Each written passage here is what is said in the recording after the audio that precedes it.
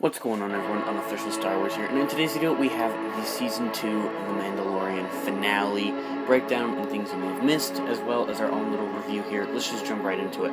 So, we start out with the Slave One chasing down an Imperial shuttle, no other than Dr. Pershing.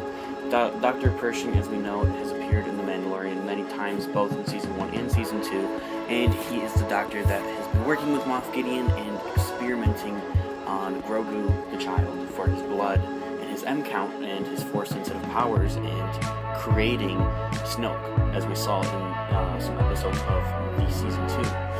Alright, moving on, we have humanizing tragic events of Alderaan and the Death Stars blowing up. We see this between the officer that holds Dr. Pershing hostage and Cara Dune, as he talks a little bit about it from his perspective, and we have to remember that the Imperials are humans too, and that the Death Star tragic events of them blowing up is the same as Alderaan blowing up. They're both very tragic and have affected characters and people as real people. Okay, which is, I think, is something really cool and neat that they're bringing into Star Wars, and I really like that they aren't just all really cool fighting and, you know, this and that, they're actual people. Moving on, we have Beaucatman Appearance, first of all, as Boba and Mando need her help to overtake Moff Gideon's ship. And more importantly, she recognizes Boba's voice, as she's heard it thousands of times from the Clone Wars, as she's worked with, you know, the clones in the Republic, which is something really awesome. Also, moving on, once they actually get into the ship and make their way on Moff Gideon's ship, it's a Return of the Jedi parallel with stealing the Imperial shuttle to board the cruiser. The same thing happened with the Death Star in Return of the Jedi with Luke Skywalker, and yeah, it's something really cool. So, after they make their way onto Moff Gideon's ship, we see Boba Fett takes off into hyperspace. We'll move on to that, as that's a really awesome end-credits scene, which is something that's normally seen with Marvel movies, but they did put it here in Star Wars, which is really awesome.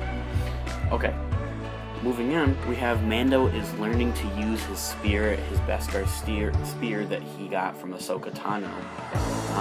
It's just really cool to see that lightsaber fight, that whole duel right there was awesome. And we see that learn how to use it and, you know, kind of adapt to his surroundings as a fireman when he has to face off the one dark trooper and chokes the one clone, which was crazy awesome. It's just really awesome to see that. Much like when Darth Vader is choking the rebel commander in A New Hope at the very beginning there. It's awesome.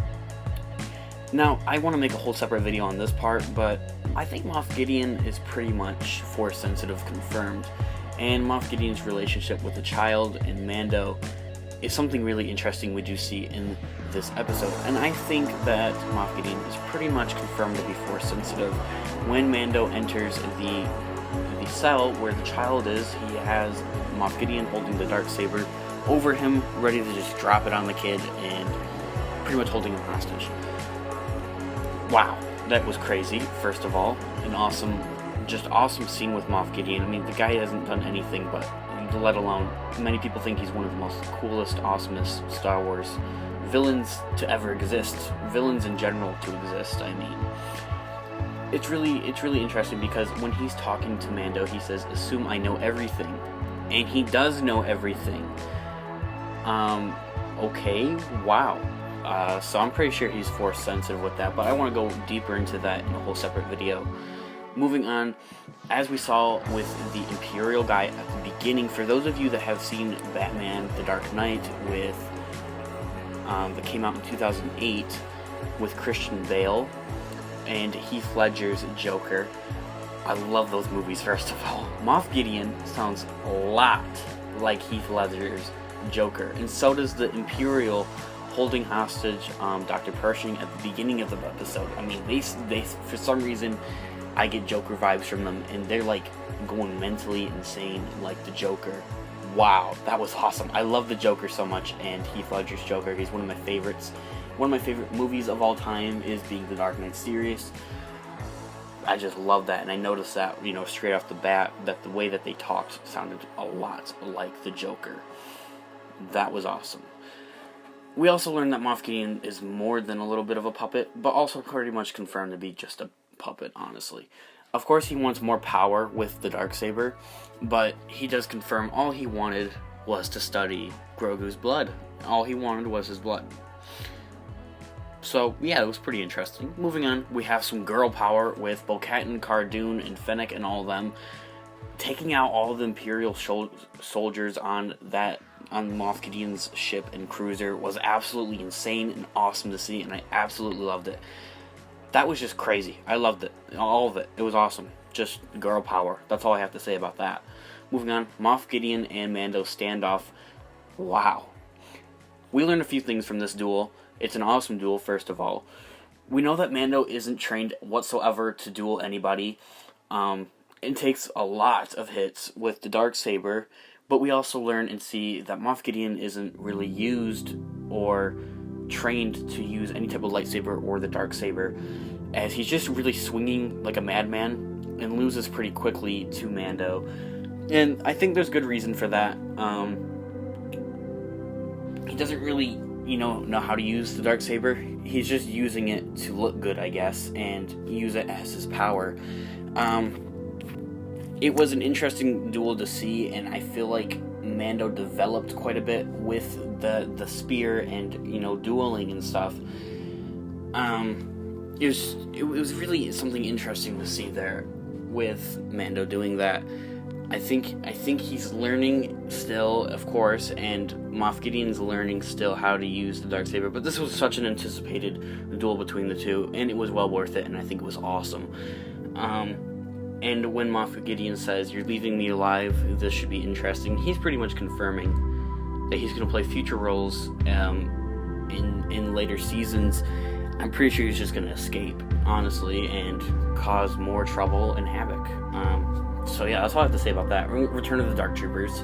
Of course, that was awesome to see, and I love their soundtrack too, actually. When they fly back onto the ship, that was awesome to see. Alright. This is where the episode gets crazy. Good. Crazy. We see the lone X-Wing fly in. For many people, they noticed it right off the bat. Including me, pretty much. I noticed it right off the bat. But for others, like my parents, it took them until he took off his hood. Luke to the rescue. Awesome lightsaber action. Reminded me a lot, and everybody about, really, of Vader's scene at the end of Rogue One, just slaughtering all of those rebel troops on the ship to get to the Death Star plans. Wow. It just reminded me a lot like that. Like father, like son, I guess you could say. That was something awesome to see.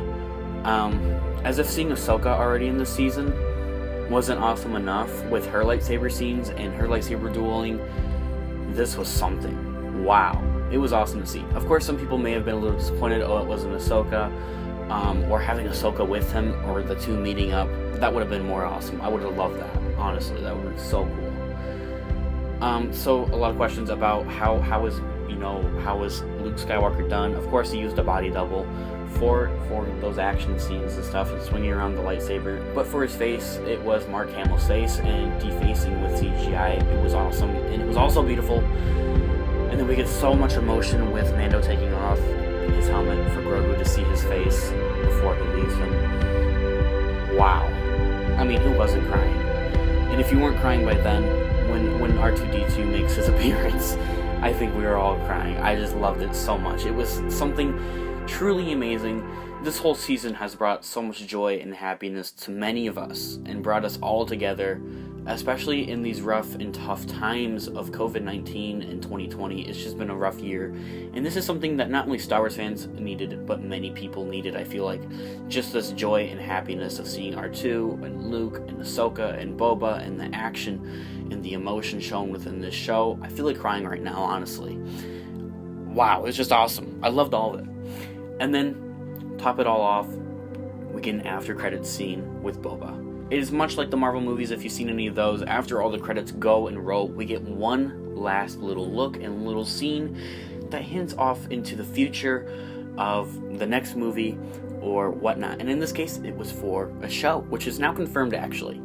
The after credits scene is Boba Fett returning to Jabba's palace to shoot and take over the, Jabba's palace. It was just awesome, okay?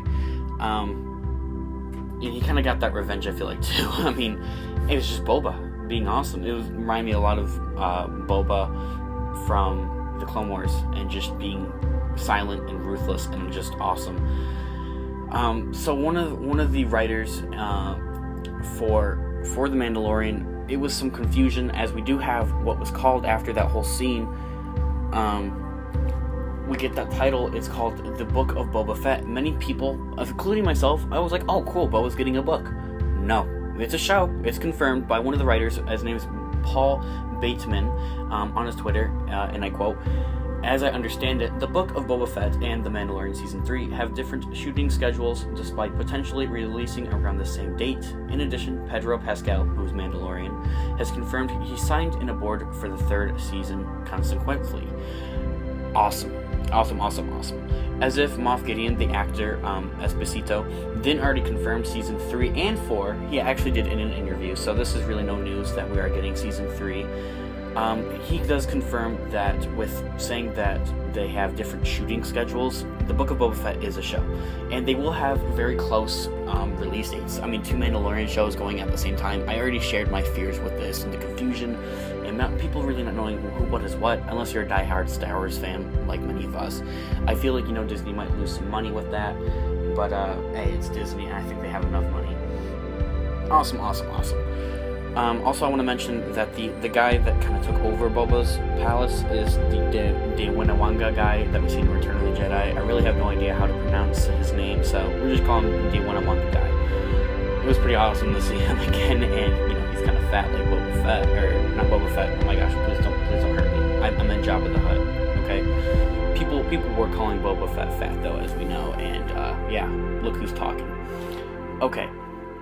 Honestly, of course, you don't have a brain if you don't rate this episode a 10 out of 10, but for this case, it's 100 out of 10 for me, which is awesome, and there's so much emotion shown, and with the future of Star Wars, it's really something.